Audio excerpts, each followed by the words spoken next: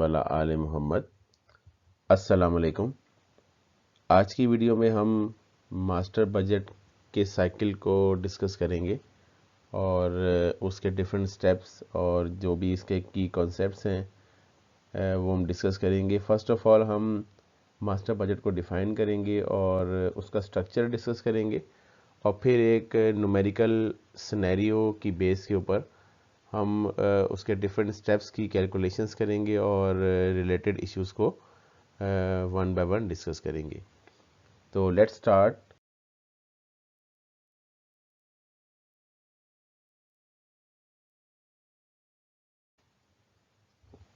सबसे पहले master budget का कॉन्सेप्ट अगर हम डिस्कस करना चाहें तो हम यहाँ से स्टार्ट कर सकते हैं कि जब भी एक पीरियड स्टार्ट होने लगता है, अकाउंटिंग पीरियड या फाइनेंशियल एक्टिविटीज़ स्टार्ट होने लगती हैं, तो मैनेजमेंट का प्रिंसिपल ये कहता है कि आप उस चीज़ को पहले प्लान कर लें ताकि आपके पास एक वे फॉरवर्ड क्लियर हो जाए कि आपने अचीव क्या करना है।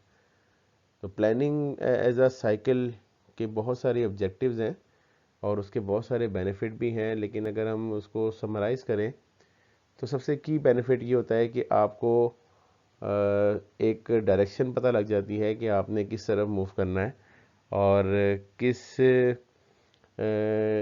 उस पाथ में कौन कौन सी प्रॉब्लम आ सकती हैं और उसके लिए आप पहले से तैयारी कर लेते हैं। तो अगर हम मास्टर बजट की प्रिपरेशन की बात करें तो मास्टर बजट को अगर हम डिफ़ाइन करना चाहें तो मास्टर बजट एक पैकेज है, कंप्लीट सेट ऑफ बजट्स, यानी जो भी एक एक्टिविटीज़ का एक कॉम्बिनेशन होना है आने वाले दिनों में, तो उन तमाम पैकेज को एज अ होल हम मास्टर बजट कहते हैं। मास्टर बजट के ब्रॉडली अगर हम डिवीज़न करना चाहें, उसके कंपोनेंट्स की बात करना चाहें तो दो कंपोनेंट्स होते हैं, एक ऑपरेटिंग बजट्स कहलाते हैं और एक फाइनेंशियल बजट कहलाते हैं। अगर आप इस डायग्राम में देखें तो आपको यहाँ पे जो पहला पोर्शन है वो है ऑपरेटिंग बजट्स का और दूसरा है फाइनेंशियल बजट्स का। अल्टीमेटली जो बजटिंग प्रोसेस है उसका जो आउटपुट है वो एक फाइनेंशियल प्लान होता है, लेकिन ऑब्वियसली जो फाइनेंशियल प्लान होता है वो किसी न किसी ऑपरेटिंग प्लान्स के नतीजे में बनाया जाता है। अच्छा, अब इसको हम स्टार्ट करते हैं। सबसे पहले जो बजट प्रिपरेशन है वो उसकी बात करें तो ये जो काम होता है ये well before start of the period start हो जाता है। जैसे अगर हम जनवरी टू दिसंबर के महीने का प्लान बनाना चाह रहे हैं तो ये काम पिछले यानी अगले साल का, तो ये काम अक्टूबर नवंबर से नॉर्मली स्टार्ट हो जाता है। तमाम फंक्शनल एरियाज़ को अलाइन किया जाता है और तमाम फंक्शनल एरियाज़ के जो रिप्रेजेंटेटिव हैं वो एक कमेटी की फॉर्म में मीटिंग्स करते हैं और अपने अपने रिलेटेड एरियाज़ की जो आने वाले दिनों के प्लान्स होते हैं वो शेयर करते हैं।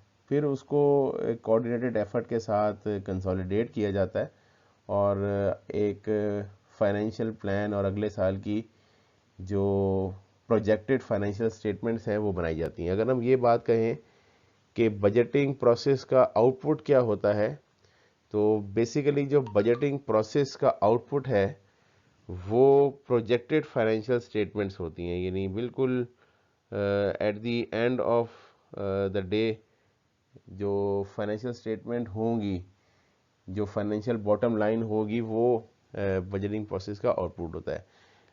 लेकिन इस प्रोसेस के अंदर बहुत सारी और चीज़ें भी साथ साथ इन्वॉल्व होती हैं जिसको हम अभी डिस्कस करते हैं।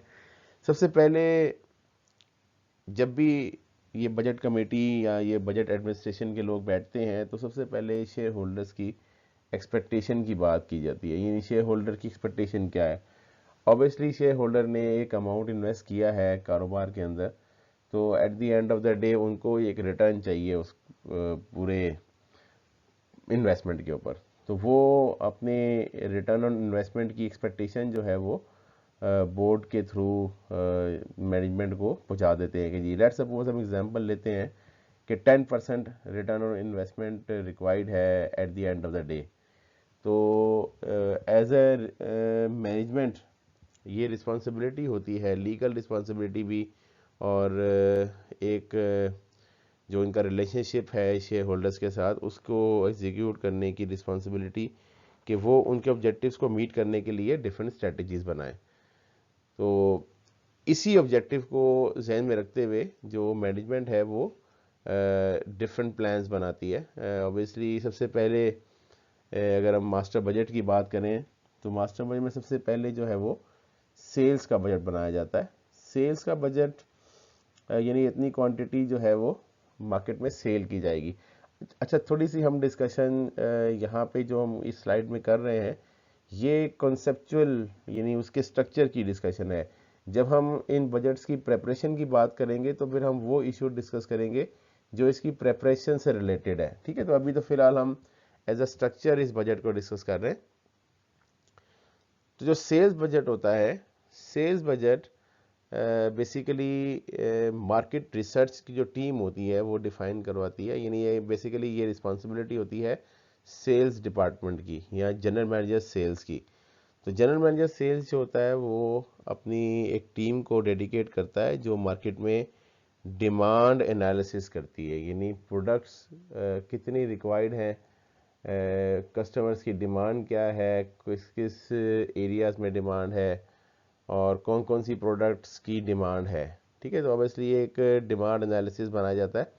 फिर वो डिमांड एनालिसिस जो है वो कोऑर्डिनेटर्स को प्रोवाइड किया जाता है। सेल्स के जो कोऑर्डिनेटर्स होते हैं, सेल्स सपोर्ट स्टाफ प्रोवाइड किया जाता है जो उनको डाटा को ग्राउंड लेवल से इकट्ठा करके एक कंसोलिडेटेड पिक्चर के तौर पे बनाता है। फिर वो सेल्स के लोग आपस में मीटिंग करते हैं और अपने आने वाले दिनों का जो टोटल कंसोलिडेटेड प्लान जो है वो शेयर करते हैं। अच्छा, इस बजट को साइकिल को समझने के लिए हम थोड़ी सी जम्पशंस लेंगे, सिंप्लीफाइड जम्पशंस, और उसमें से एक जम्पशन हम ये लेते हैं कि जो जिस कंपनी का हम बजट बना रहे हैं वो एक ही प्रोडक्ट में डील कर रही है और उसी प्रोडक्ट को मैन्युफैक्चर कर रही है, उसी प्रोडक्ट के लिए रॉ मटेरियल परचेज करेगी एंड सो ऑन। ठीक है, ताकि हमारा जो कॉन्सेप्ट है वो बेसिक्स हमारा क्लियर हो जाए। फिर यही कॉन्सेप्ट जो है वो स्टेपुलेट करके आप किसी भी लेवल के ऊपर इम्प्लीमेंट कर सकते हैं। तो जो प्रोडक्ट है उसकी क्वांटिटीज़ जो हैं वो डिटरमिन हो जाती हैं। फिर नॉर्मली जो सेल्स बजट होता है इसको क्वार्टर वाइज या मंथ वाइज इसकी एक स्प्लिट बनाई जाती है और ये ऑब्वियसली इसका जो बेसिस होता है वो सीजनैलिटी को देखा जाता है। लेट्स सपोज कोई ऐसा बिजनेस है जिसमें सीजनल ट्रेंड होता है, यानी साल के कुछ महीनों में ज़्यादा सेल होती है तो उस महीनों में ज़्यादा सेल्स की क्वांटिटी को प्लॉट किया जाता है और जिस महीनों में कम सेल होती है तो उन महीनों में कम सेल्स को प्लॉट किया जाता है। तो ये एक सेल्स का बजट बन जाता है। अच्छा, यहीं पे हम अब डिस्कस कर लेते हैं कि सेल्स के बजट के साथ ऑब्वियसली अल्टीमेटली ये सेल्स कलेक्ट होनी है। तो सेल्स डिपार्टमेंट को एक कलेक्शन की डाटा भी देना पड़ता है कि कलेक्शन कैसे होगी ये सेल्स की। अच्छा, यहाँ पे भी हम एक सिंप्लीफाइड अजम्पशन ले लेते हैं कि सेल्स जो है वो नॉर्मली क्रेडिट पे होती है, कैश पे भी होती है। तो कुछ जो जो सेल कैश पे होती है वो तो on the spot he collect हो जाती है, लेकिन जो सेल्स क्रेडिट पे होती है तो उसकी फिर सेल्स टीम को बताना पड़ता है कि जी ये इसमें से कितनी सेल्स जो है वो आपकी करंट पीरियड में कलेक्ट होगी, कितनी सेल्स आगे जाएगी, ताकि जो अल्टीमेटली जो फाइनेंस के लोग होते हैं वो इसके साथ फिर अपनी फाइनेंशियल प्लानिंग भी कर लेते हैं। तो सेल्स बजट के साथ जो सेल्स डिपार्टमेंट होता है उसको कलेक्शन का भी एक पैटर्न डिफाइन करके देना पड़ता है बजट के साथ। जब आप सेल्स की क्वांटिटीज़ को डिफाइन कर लेते हैं तो फिर आप प्राइसिंग के ऊपर जाते हैं कि आपने किस प्रोडक्ट की किस प्राइस रखनी है और वो प्राइस ऑब्वियसली मूव भी करेगी, चेंज भी होगी ड्यू टू इन्फ्लेशन। तो एक एस्टिमेटेड अमाउंट जो है वो क्वांटिटीज़ का उसकी प्राइस से मल्टीप्लाई करके एक सेल्स का अमाउंट निकला था। अभी ये सारा नुमेरिकल भी हम देखेंगे। अभी हम ज़रा बेसिक कॉन्सेप्ट की बात कर लें। सेल्स के बजट के बाद यानी कलेक्शन और सेल्स के बजट के बाद हम प्रोडक्शन बजट की बात करते हैं। जो प्रोडक्शन बजट है ये क्वांटिटेटिव टर्म्स के अंदर होता है, यानी ये क्वांटिटीज़ में होता है, यानी इतनी quantities sales department sorry production department ने प्रोड्यूस करनी है। अब यहाँ पे जो प्रोडक्शन डिपार्टमेंट के लोग होते हैं उनके लिए जो इनपुट है वो सेल्स की क्वांटिटीज़ हैं, यानी जो चीज़ सेल्स ने सेल करनी है प्रोडक्शन डिपार्टमेंट की रिस्पॉन्सिबिलिटी ये है कि उसको अरेंज करना, उसको मैन्युफैक्चर करना, टाइमली अवेलेबल करवाना, ताकि सेल्स के प्रोसेस के अंदर कोई हर्डल ना आ सके। ठीक है जी। तो प्रोडक्शन डिपार्टमेंट क्या करता है, फिर प्रोडक्शन डिपार्टमेंट अरेंजमेंट्स करता है उस क्वांटिटी को प्रोड्यूस करने की। यहाँ पे एक बात समझ लें कि जो सेल्स क्वांटिटी होती है, ज़रूरी नहीं है कि वही क्वांटिटी प्रोड्यूस की जाए। वो क्वांटिटी जो प्रोडक्शन क्वांटिटी होती है वो सेल्स की क्वांटिटी से ज़्यादा भी हो सकती है और सेल्स की क्वांटिटी से कम भी हो सकती है। ये डिपेंड करेगा कि आपका जो इन्वेंट्री जो प्लान है वो क्या है, यानी आपने इन्वेंट्री कितनी होल्ड रखनी है या कितनी आपके पास करंटली इन्वेंट्री पड़ी हुई है। ठीक है, क्योंकि ये भी आपने साथ में देखना होता है कि आपकी जो एग्जिस्टिंग स्टॉक्स की सूरत हाल है वो क्या है। अगर तो आपके पास स्टॉक्स बेहतर हालात में पड़े हुए हैं तो ऑब्वियसली फिर आपकी प्रोडक्शन रिक्वायरमेंट जो है वो थोड़ी सी कम हो जाती है। लेकिन अगर आपके पास स्टॉक्स ही नहीं पड़े हुए पिछले पीरियड में, तो आप फिर ज़्यादा अमाउंट आपको करंट पीरियड में प्रोड्यूस करना होता है। देखिए, ये जो इन्वेंट्री रखनी होती है ओपनिंग क्लोजिंग, ये इसलिए रखनी होती है कि डिपार्टमेंट जो सेल्स का प्रोसेस है उसके अंदर कोई हर्डल नहीं आना चाहिए। अल्टीमेटली सेल्स जो है वो कंपनी के लिए इनपुट प्रोवाइड होगा ना हर चीज़ का, फाइनेंस का। तो अगर आपके सेल्स फंक्शन के अंदर हर्डल क्रिएट हो जाएगा तो सारे फंक्शंस जो हैं वो इफेक्ट हो जाएंगे।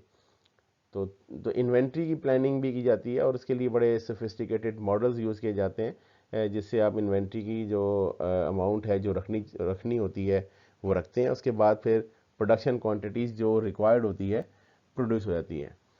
जब प्रोडक्शन क्वांटिटीज़ आप प्रोड्यूस कर लेते हैं, यानी आपने प्रोडक्शन क्वांटिटीज़ डिसाइड कर ली हैं, तो उतनी ही क्वांटिटी के लिए आपने रॉ मटेरियल ख़रीदना है, उतनी ही क्वांटिटी के लिए आपने लेबर को हायर करना है और उतनी ही क्वांटिटी के लिए आपने जो ओवरहेड के रिक्वायरमेंट्स हैं वो अरेंज करनी होती हैं।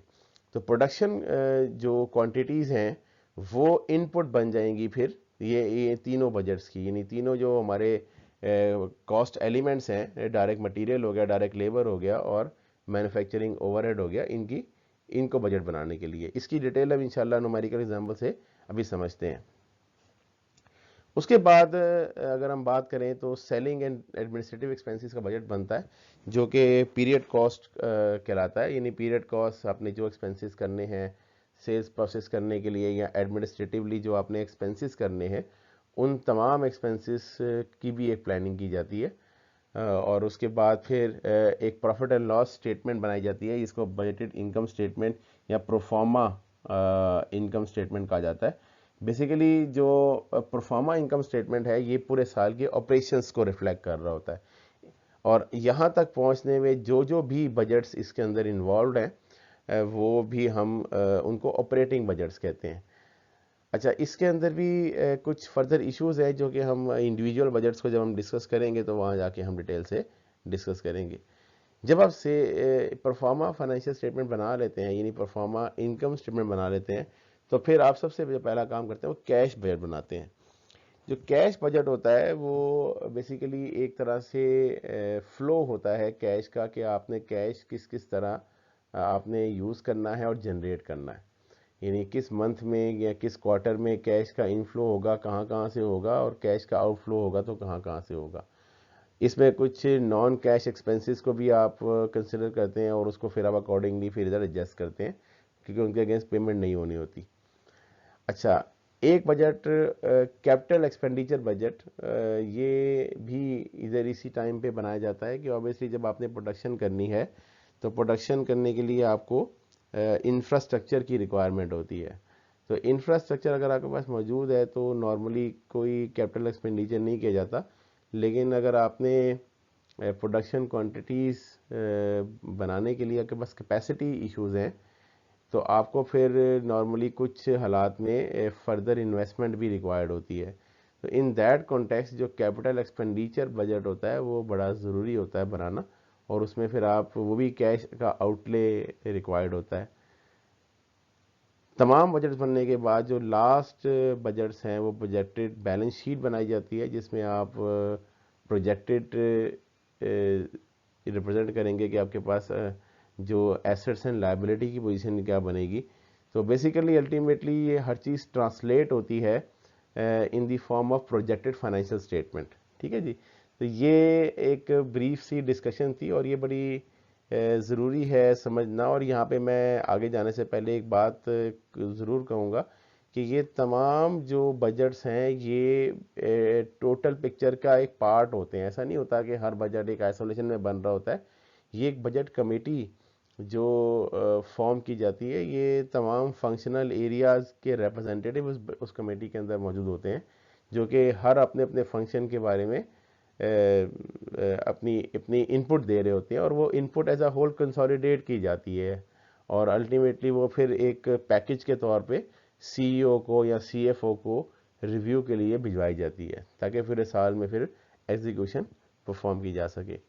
अच्छा, अब हम ना ये इस डिस्कशन के बाद हमारा जो मेन ऑब्जेक्टिव है वो एक न्यूमेरिकल एक्सरसाइज होगी, जिसमें हम इन तमाम बजट्स की कैलकुलेशंस के एस्पेक्ट्स डिस्कस करेंगे। ठीक है, और ये मैंने आपसे शुरू में पहले बताया कि हम इसको बड़ी सिंप्लीफाइड एग्जांपल के तौर पे लेके चलेंगे, जिसके अंदर हम सिर्फ एक प्रोडक्ट सेल हो रही है या बड़ा सिंप्लीफाइड मॉडल्स के तौर पर डिस्कस करेंगे।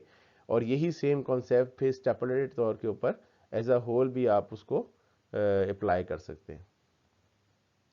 तो सबसे पहले जी हम बजट एडमिनिस्ट्रेशन की बात मैंने अभी दौरान भी की है, लेकिन इसको थोड़ा सा, क्योंकि ये एरिया ना बड़ा क्रिटिकल है, इसमें कुछ एचआर के इश्यूज भी आ जाते हैं। आपके बजट जो है वो अगर आप अपने जो इफेक्टेड डिपार्टमेंट्स हैं उनको इन्वॉल्व नहीं करेंगे या उनको अपनी प्रोसेस का पार्ट नहीं बनाएंगे, तो ऑब्वियसली बजट प्रोसेस का वो बेनिफिट शायद ना मिले, बल्कि यकीनन नहीं मिलेगा जो कि मिलना चाहिए। ठीक है, बजट प्रोसेस के अंदर हर फंक्शनल एरिया को आप एक अपना ना सिर्फ इनपुट देना चाहिए, बल्कि उनको उनकी इन्वॉल्वमेंट भी होनी चाहिए, यानी उनको वो ओन करना चाहिए, तभी उस प्रोसेस को वो एज अ होल अचीव करने के लिए इस एफर्ट्स भी करेंगे।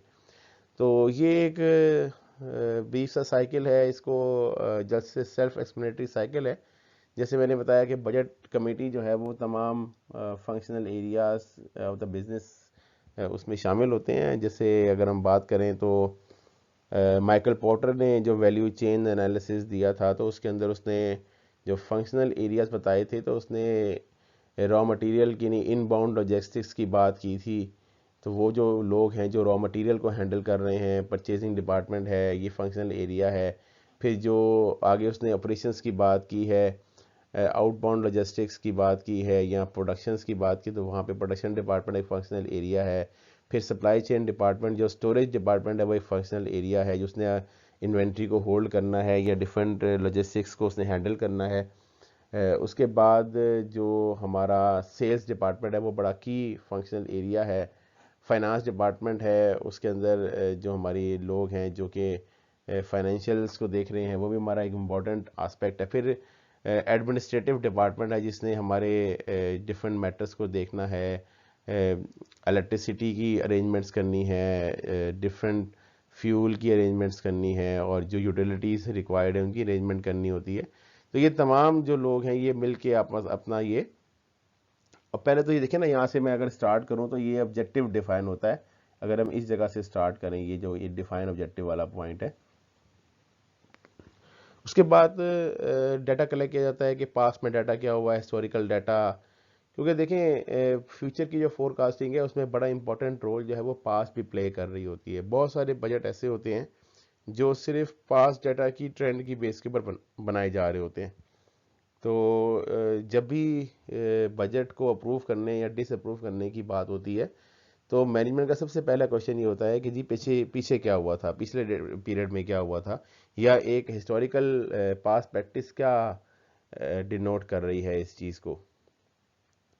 तो ये एक बड़ा ज़रूरी एलिमेंट होता है उसमें। फिर उसके बाद बेस बजट बनाया जाता है। बेस बजट से मुराद ये होती है कि आप एक ओवरऑल पिक्चर बनाते हैं कि आपने अचीव क्या करना है। फिर आप बजट्स की प्रिपरेशन डिफरेंट डिपार्टमेंट्स को फॉरवर्ड की जाती है एक फॉर्मेट। अच्छा, इसमें ना प्रैक्टिकली अगर देखा जाए तो एक फॉर्मेट स्टैंडर्डाइज रखने के लिए एक फॉर्मेट पहले स्टैंडर्डाइज हो जाते हैं, तो वो फिर डिपार्टमेंट्स को फॉरवर्ड होते हैं। डिपार्टमेंट उसमें अपने रेलिवेंट इंफॉर्मेशन को प्लॉट करके फिर वो बजट के रिव्यू के लिए भिजवाया जाता है और फिर ऑब्वियसली एक अप्रूवल प्रोसेस जो है वो उस बजट के तहत होता है। और उसके बाद जब एक्चुअल प्रोसेस परफॉर्म हो जाता है तो फिर बजट्स को साथ साथ रिव्यू किया जाता है और उसमें अगर किसी जगह पे कोई अमेंडमेंट की कोई रिक्वायरमेंट होती है तो वो फिर वो की जाती है। ठीक है, तो ये एक ओवरऑल प्रोसेस मैंने इस तरीके से एक ब्रीफ सा डिफाइन किया, तो ये आपको हेल्प आउट करेगा कि एक साइकिल के तौर पे। ठीक है, अब हम स्टार्ट करते हैं न्यूमेरिकली। तो सबसे जो पहला बजट है वो न्यूमेरिकल एक्सरसाइज के अंदर हमने सेल्स बजट बनाना है। अच्छा, अब यहाँ पे ना मैं इस न्यूमेरिकल एक्सरसाइज को एक्सप्लेन इस तरीके से करूँगा कि ये जो आपके पास टोटल क्वांटिटी है, लेट्स सपोज हम कहते हैं 22,000 क्वांटिटी जो है वो सेल्स टीम ने कहा जी हम पूरे साल में सेल करेंगे। अब ये सारी ना एज्यूम्ड फिगर्स हैं, मैं आपको अपनी डिफरेंट अजम्पशंस जो हैं वो साथ साथ बताता रहूँगा ताकि फिर आप अकॉर्डिंगली जब उसको कैलकुलेशंस में जाए ना तो फिर आप उसको अंडरस्टैंड करें। तो मैंने जैसे आपसे कहा कि जी सेल्स डिपार्टमेंट ने डिमांड एनालिसिस के बाद ये कहा जी कि 22,000 यूनिट जो हैं वो हम एक प्रोडक्ट के, कोई प्रोडक्ट है एक्स प्रोडक्ट को कह लेते हैं, उसकी क्वांटिटी हम सेल करेंगे 22,000। अब सेल्स डिपार्टमेंट के जो लोग होते हैं ऑब्वियसली उन्होंने अपना पूरे साल का एक साइकिल को देखना होता है कि उन्होंने किस किस क्वार्टर में कितनी कितनी क्वांटिटी करनी है। तो वो सीजनैलिटी ट्रेंड की बेस के ऊपर क्या करते हैं, उस क्वांटिटी को स्प्लिट करते हैं। ठीक है, नॉर्मली अब जैसे इस एग्जांपल में हमने क्वार्टर वाइज डिस्ट्रीब्यूशन की है, ज़रूरी नहीं है कि क्वार्टर वाइज हो, ये मंथ वाइज भी हो सकती है। ठीक है, ये वीक वाइज भी हो सकती है, लेकिन for the sake of simplicity हमने इसको क्वार्टर वाइज रखा हुआ है। ठीक है, तो अब देखें तो क्वार्टर वाइज में ये स्प्लिट हो गई क्वांटिटी, ये बजटेड क्वांटिटी है, यानी ये क्वांटिटी बजट अभी हो रही है। उसके बाद एक प्राइस डिसाइड होती है। प्राइस ऑब्वियसली ये भी मार्केट को देखते हुए डिसाइड होती है, इसमें बहुत सारी चीज़ें शामिल होती हैं और कस्टमर्स की प्रेफरेंस देख के, कोई डिस्काउंट्स वगैरह के इश्यूज देख के और इन्फ्लेशन को देख के ये आप एक क्वार्टर वाइज जो है ना क्वांटिटीज ये प्राइस डिसाइड करते हैं। तो ये जो क्वांटिटी है उसको उसकी प्राइस से मल्टीप्लाई किया जाता है, यानी 5,000 मल्टीप्लाई बाय 110, तो ये जो टोटल अमाउंट है ये सेल्स का वो कंप्यूट हो जाता है। इस तरह आप क्वार्टर वाइज अगर हम कैलकुलेशन करें तो हर क्वार्टर में जो क्वांटिटी है उसकी रिस्पेक्टिव प्राइस से मल्टीप्लाई हो के जो टोटल अमाउंट निकलेगा वो आपकी बजट सेल्स बजट कहलाएगा। अच्छा, अब यहाँ पे ना मैंने रेलेवेंट डाटा लिखा हुआ है कि budget quantities are determined after careful market demand analysis conducted by market research team in the supervision of sales director and director internal audit. ठीक है जी, ये एक बेसिक कॉन्सेप्ट हम ऑलरेडी डिस्कस कर चुके हैं। All sales are on credit, देखिए ये एग्जामिशन है, हालांकि प्रैक्टिकली कैश पे भी सेल होती है और क्रेडिट पे भी सेल होती है, लेकिन हमने इस सिनेरियो को एक्सप्लेन करने के लिए ये बताया है कि ये सारी सेल जो है ये क्रेडिट पे सेल होनी है, यानी कस्टमर्स जो हैं वो पेमेंट करेंगे आफ्टर सम टाइम। ठीक है, और कंपनी की एक पॉलिसी है या कंपनी की एक प्रैक्टिस कह लें कि वो 30 डेज का जो क्रेडिट है वो कस्टमर्स को ग्रांट करती है, यानी कस्टमर्स ने 30 डेज के अंदर अंदर पेमेंट करनी होती है। ठीक है, और selling price include the expected inflation. ठीक है, ये इसके अंदर ये नहीं जो 110, 112, 115 और 118 कंप्यूट हुआ है, ये ऑब्वियसली ये प्राइस इंक्रीज हो रही है तो इसमें इन्फ्लेशन का इम्पैक्ट एम्बेड कर दिया गया ऑलरेडी। और अगले साल चूंकि ये 2023 मैंने एज्यूम किया है ईयर जो प्लान हो रहा है, तो 2024 के फर्स्ट क्वार्टर का डाटा भी आपको दिया हुआ है 5,500। इसकी इंफॉर्मेशन क्यों दी गई है ये इंशाल्लाह हम थोड़ा सा आगे जाके डिस्कस करेंगे। अभी आप ध्यान में रख लें कि 2024 के फर्स्ट क्वार्टर का जो क्वांटिटी एस्टिमेटेड है वो 5,500 आपको गिवन है। ठीक है जी, तो सेल बजट क्या है, सेल बजट सिंपल क्वांटिटी को मल्टीप्लाई कर देंगे हम प्राइस से, तो जो अमाउंट कैलकुलेट होगा वो जो सेल हो जाएगा, और सेल्स ये जो अमाउंट है इन सबको ऐड कर देंगे तो 24 लाख जो है या अराउंड 25 लाख जो अमाउंट है ये सेल्स बजट का बन चुका है। ठीक है, जैसे मैंने कहा था कि सेल्स बजट के बाद सबसे इंपॉर्टेंट जो होता है वो कलेक्शन बजट होता है, और सेल्स टीम की ये रिस्पॉन्सिबिलिटी होती है कि उन्होंने जो क्रेडिट सेल है उसको कलेक्ट करवा के देना होता है। ठीक है, और ये बड़ा इंपॉर्टेंट क्रिटिकल सक्सेस फैक्टर होता है किसी भी कंपनी की सक्सेस में कि आपकी जो सेल है वो कैश में कन्वर्ट हो रही है। देखिए, अगर आपकी सेल कैश में कन्वर्ट नहीं होगी, तो आपको लिक्विडिटी के इश्यूज फिर फेस करने पड़ जाते हैं। देखिए ना, आपका कि आपके कस्टमर्स आपकी सेल पेमेंट नहीं कर रहे हैं, तो आपको फर्दर प्रोडक्शन के लिए फिर आपको फाइनेंसिंग की तरफ या बैंक फाइनेंसिंग की तरफ जाना पड़ता है, जो कि एक कॉस्टली एक्टिविटी है। ठीक है, तो यहाँ पे अब ये कैलकुलेट कैसे होता है, देखिए ये भी एक पैटर्न आप डिसाइड करते हैं कि जो आपकी जो कैश है, जो सेल्स है, उसकी कलेक्शन पैटर्न क्या है।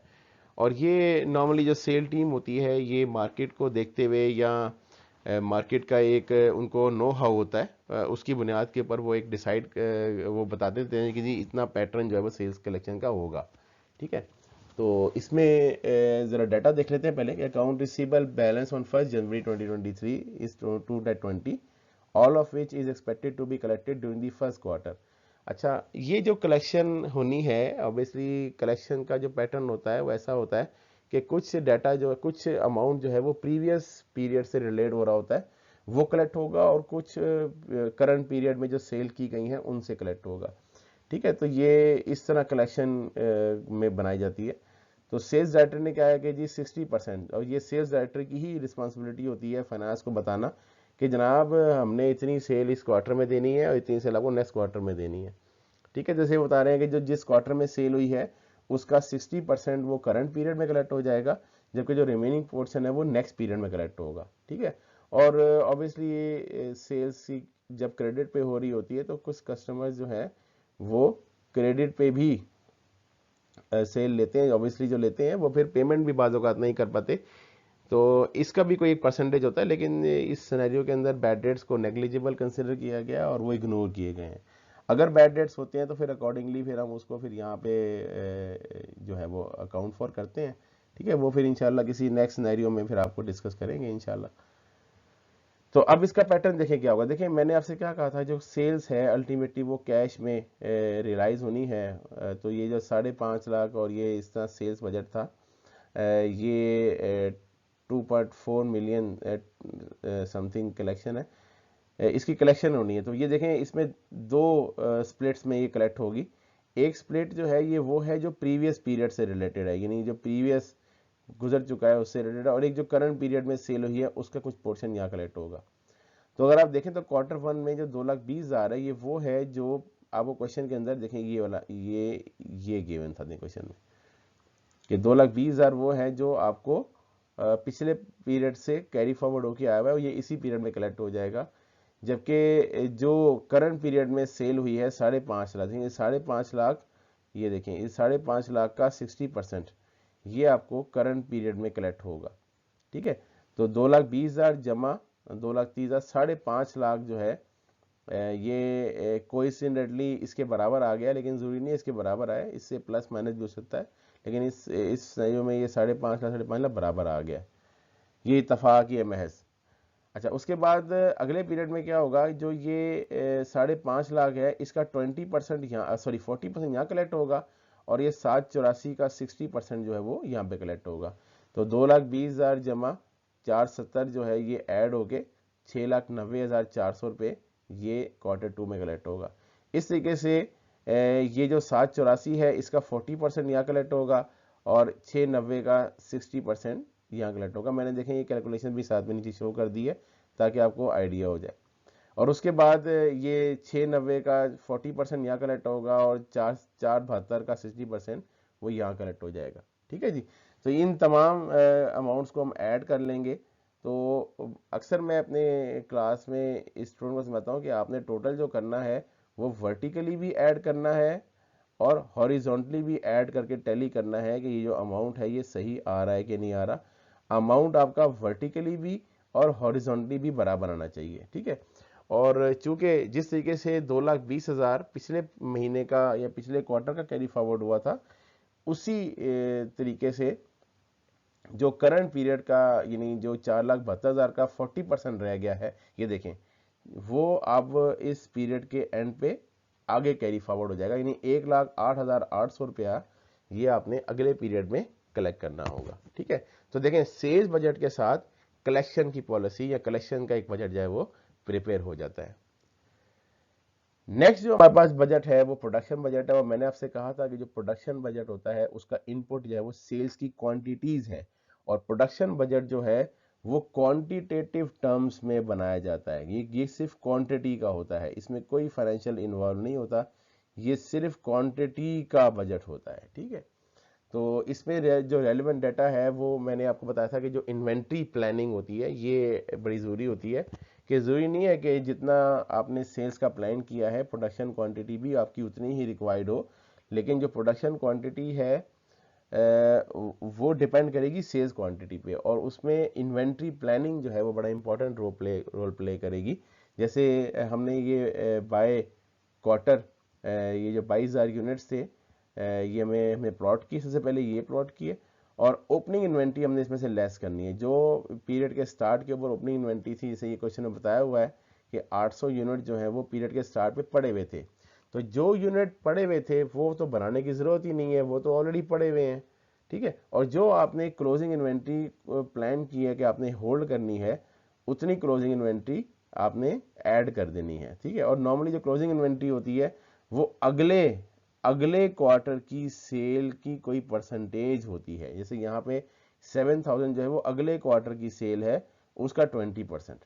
ठीक है, इस तरीके से ये जो 6,000 है ये इस अगले क्वार्टर की सेल का 20% है, ये उससे अगले क्वार्टर की सेल का 20% है, एंड सो ऑन। और ये जो 5,500 है ये वो एस्टिमेट था जो क्वार्टर अगले साल, यानी जो अगले साल का 5,500, ठीक है, जो 5,500 मैंने आपको शुरू में बताया था कि जो Q1 अगले साल का एस्टिमेट था वो इसलिए दिया गया था कि आपने Q4 की क्लोजिंग निकालनी थी। ठीक है, तो ये आपको डाटा क्वेश्चन में बताया जाएगा जिसकी बेस पे आप ये क्लोजिंग निकालेंगे। तो क्या करेंगे, आप जो सेल्स क्वांटिटी है उसमें ओपनिंग इन्वेंट्री को माइनस कर देंगे, क्लोजिंग इन्वेंट्री को ऐड कर देंगे, तो जो प्रोडक्शन क्वांटिटीज आएंगी ये आपकी बाय क्वार्टर आ जाएगी।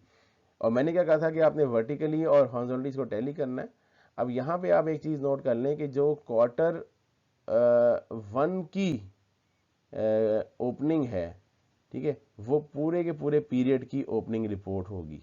ठीक है, और जो Q4 की क्लोजिंग है वो ही पूरे के पूरे ईयर की क्लोजिंग रिपोर्ट होगी। ठीक है जी, ये आपने इनको ऐड नहीं कर लेना, चारों को, इन चारों को भी ऐड नहीं करना।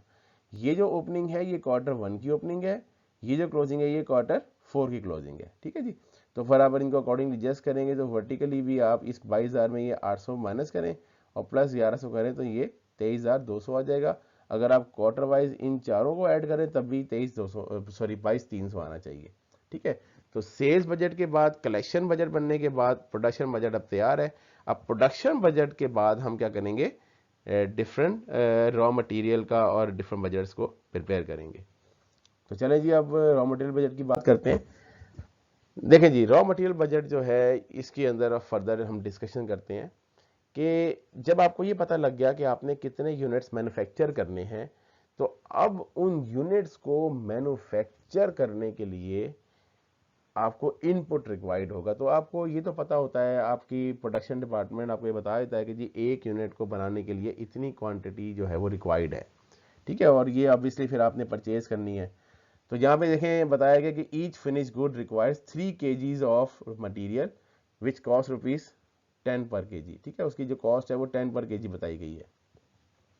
और ऑब्वियसली जो रॉ मटेरियल है वो भी इन्वेंट्री है, वो भी ओपनिंग पड़ी हो सकती है। ठीक है, क्योंकि उसको भी हमने फिर परचेज करना है ना। जैसे फिनिश गुड को हमने प्रोड्यूस करना है तो रॉ मटेरियल हमने परचेज करना है। तो रॉ मटेरियल जो परचेज है उसकी जो क्वांटिटी है जो ओपनिंग पड़ी हुई है वो 1800 यूनिट पड़े हुए हैं, केजीज। ठीक है, यहाँ पे केजीज की बात होगी, केजी पड़े हुए 1800। ठीक है, उसके बाद प्रोडक्शन मैनेजर ने 15% इन्वेंट्री जो है वो नेक्स्ट क्वार्टर की प्रोडक्शन रिक्वायरमेंट का अपने पास कीप करना है। और मैंने आपको सिंपलिसिटी के लिए फोर्थ क्वार्टर की क्लोजिंग जो है वो क्वेश्चन में गिवन दे दी है। हालांकि ये हम कंप्यूट भी कर सकते थे, लेकिन बहरहाल ये मैंने सिंपलिसिटी के लिए क्वेश्चन में गिवन दे दी है। और सारी सप्लाईज जो है वो क्रेडिट पे हैं। जिस तरह हम कस्टमर्स को क्रेडिट देते हैं तो हम अपने सप्लायर के लिए कस्टमर हैं तो वो भी हमें क्रेडिट दे रहा है। तो 20 दिन का क्रेडिट वो हमें देता है। ठीक है जी, तो अब इसको कैलकुलेट करने के लिए ये सबसे पहले देखें स्टार्टिंग पॉइंट प्रोडक्शन क्वांटिटीज़ हैं जो मैं पिछले बजट में कैलकुलेट की थी। उसके बाद देखें एक यूनिट को बनाने के लिए जो इनपुट है वो लिखेंगे और इन दोनों को मल्टीप्लाई कर देंगे तो 16,800 की रिक्वायरमेंट आएगी। ठीक है, इस तरह हर क्वार्टर की आप मल्टीप्लाई करके एक मटेरियल कंजम्पशन रिक्वायरमेंट है, यानी मटेरियल रिक्वायरमेंट से मर्द ये कंजम्पशन रिक्वायरमेंट है, ये आप कैलकुलेट कर लेंगे।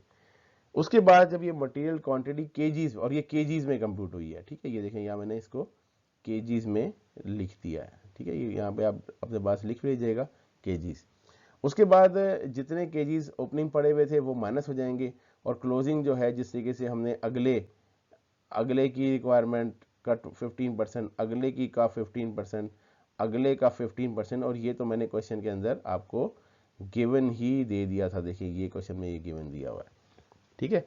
तो ये आपने इसको माइनस करना है, इसको प्लस करना है, तो ये परचेज रिक्वायरमेंट आएगी, ठीक है, ये परचेज, तो मटेरियल रिक्वायरमेंट है कंजम्पशन रिक्वायरमेंट, और परचेज रिक्वायरमेंट जो आपने क्वांटिटी प्रोक्योर करनी है या परचेज करनी है, उसको फिर आप रेट से मल्टीप्लाई कर देंगे। ये रेट भी मैंने आपको क्वेश्चन के अंदर, ये देखें, ये रेट दिया हुआ है, ठीक है, ये रेट आपका मल्टीप्लाई हो जाएगा, 18,060 मल्टीप्लाई बाय 10 तो 1,80,600, और अकॉर्डिंगली इन सबको मल्टीप्लाई कर देंगे। टोटल देखिए हमने जो परचेज करना है वो 6,74,600 रुपये की रॉ मटेरियल परचेज करना है।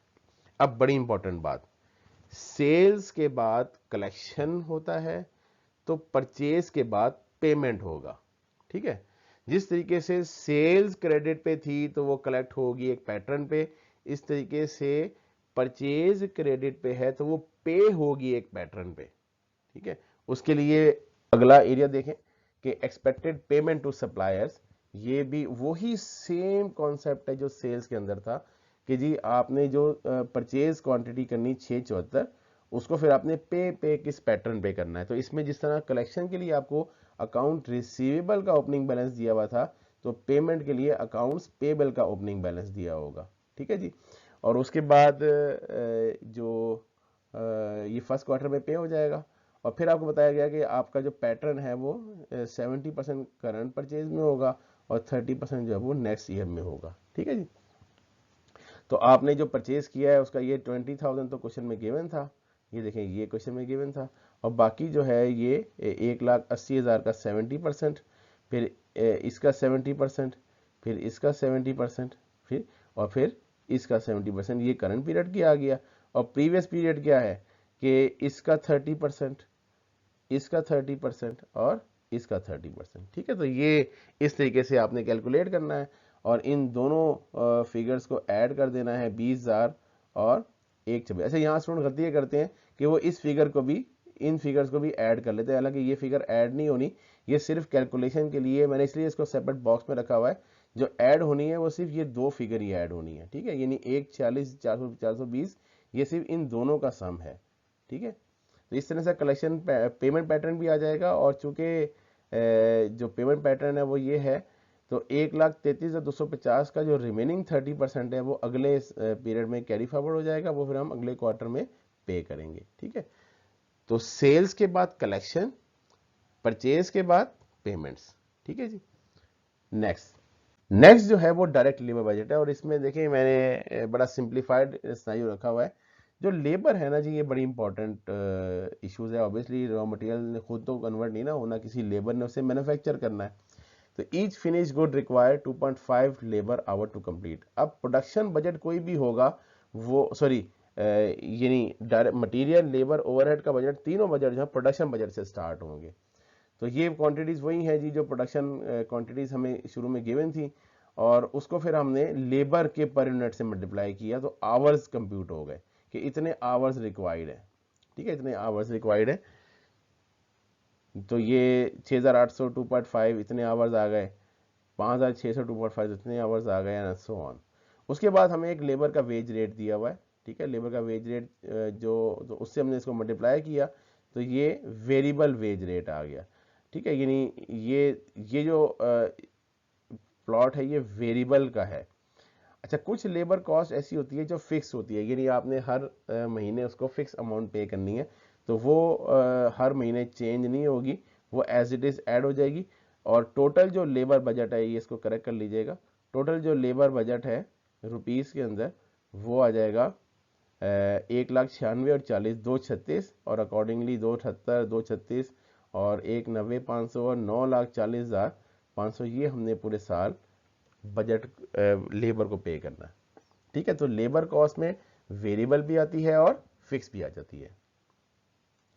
इसके बाद जो बजट बनता है वो फैक्ट्री ओवरहेड का है, और इसका भी स्टार्टिंग पॉइंट यहाँ से स्टार्टिंग पॉइंट है वो लेबर आवर्स रिक्वायर्ड है।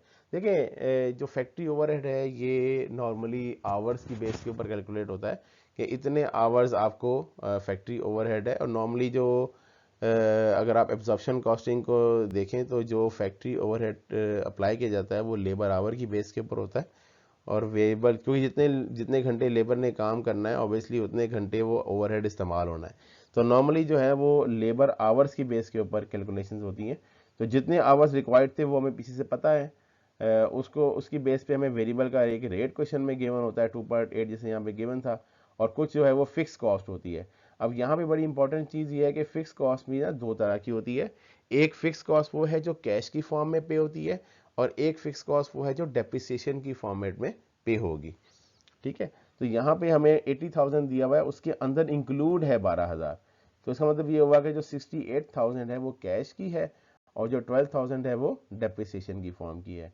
तो यहाँ पे जो कैश की पेमेंट है वो 68,000 है, और बाकी जो डेप्रिसिएशन है वो 12,000 का। तो ये तीनों को ऐड करके टोटल ओवरहेड की कॉस्ट आएगी।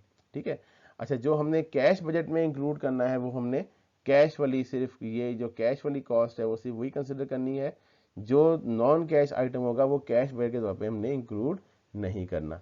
तो इस तरीके से हम फैक्ट्री ओवरहेड का बजट भी प्रिपेयर कर लेते हैं और अकॉर्डिंगली उसको हम ऐड कर लेते हैं।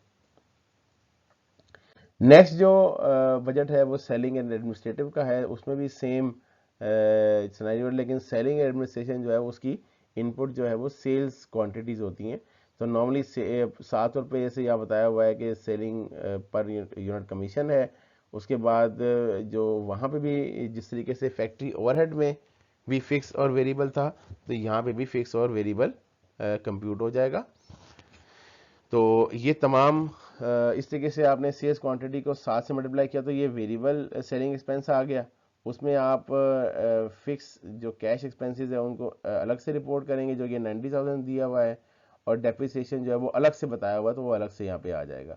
ठीक है, तो डेप्रिसिएशन नॉर्मली आपको क्वेश्चन के अंदर कॉस्ट का पार्ट बना के भी बताया जा सकता है और अलग से भी बताया जा सकता है, तो आपने अकॉर्डिंगली उसको फिर रिपोर्ट करना होता है। ठीक है, और उसके बाद अब लास्ट एरिया जो है वो कैश का एरिया रह गया है, जिसमें हम ये सारे जो कैश और उसका है एक फ्लो बनाते हैं। तो इसमें अगर आप देखें तो जो ओपनिंग बैलेंस हमें डाटा बताया हुआ है वो 60,000 का बताया हुआ है। उसके बाद हमें एक कंपनी के पास एक लाइंस ऑफ क्रेडिट है। लाइंस ऑफ क्रेडिट जो होता है ये बेसिकली क्रेडिट की फैसिलिटी होती है जो कि बैंक्स नॉर्मली कंपनीज को प्रोवाइड करते हैं कि इतना आप जो लोन है वो हमसे रिक्वायर कर सकते हैं। तो कैश बजट बेसिकली बनाया इसलिए जाता है कि आप जितनी कलेक्शंस आपको आनी है और जितनी पेमेंट्स आनी है उसमें आपको कहाँ कहाँ पे फाइनेंसिंग की रिक्वायरमेंट हो सकती है, ताकि आप अकॉर्डिंगली फिर उसको पे कर सकें। यहाँ पे जो कैश का नॉर्मली सोर्स होता है वो ओपनिंग बैलेंस कुछ कैश का पड़ा हुआ होगा, ऐसे यहाँ बताया हुआ है 60,000। उसके बाद जो कलेक्शन फॉर कस्टमर हमने पहले कंप्यूट की थी वो रिपोर्ट की जाती है, और उसके बाद ये बोरोइंग्स अगर आपकी रिक्वायर्ड है और आपकी रिडम्पशन रिक्वायर्ड है। अच्छा इसमें ना बड़ा इंपॉर्टेंट एक और एलिमेंट है कि कुछ कंपनीज जो है, बल्कि अक्सर कंपनीज जो मिनिमम कैश बैलेंस एक डिसाइड करती हैं कि इतना उन्होंने हर हाल में रखना होता है।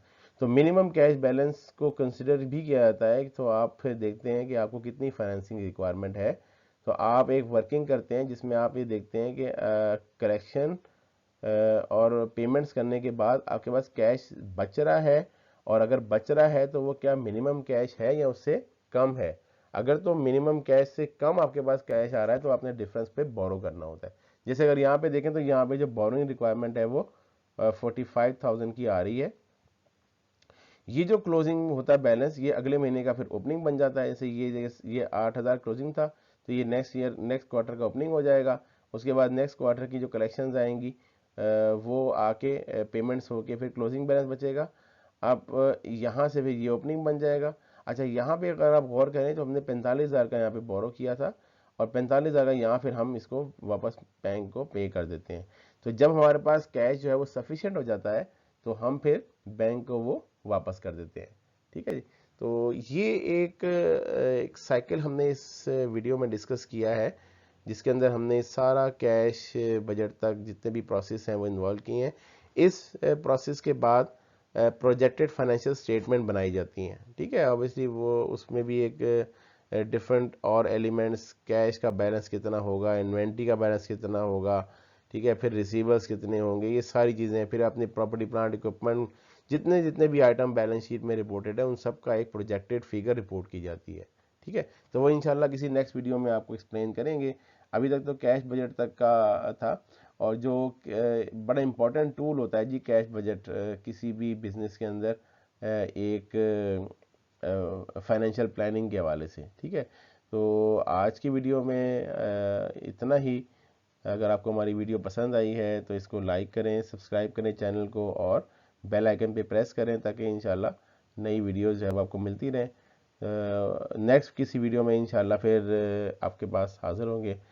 उस वक्त तक के लिए इजाज़त दीजिए। अल्लाह हाफिज़। अस्सलाम वालेकुम वरहमतुल्लाहि वबरकातुहू।